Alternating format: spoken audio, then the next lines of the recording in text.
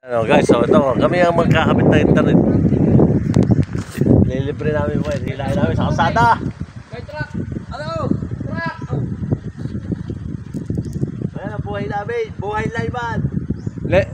Jay, kung ginawa mo yun, nag-ano ka ng kayakas kahapon, tapos may bumaksak pang niyog, ang taas ng view mo nun, yung may bumaksak na niyog.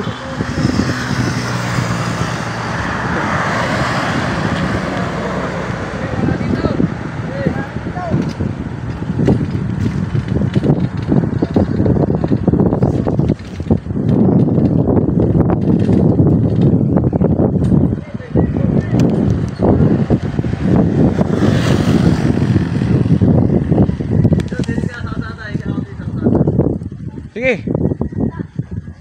Ika. Oh. Mahirap. Segundo lang naman eh.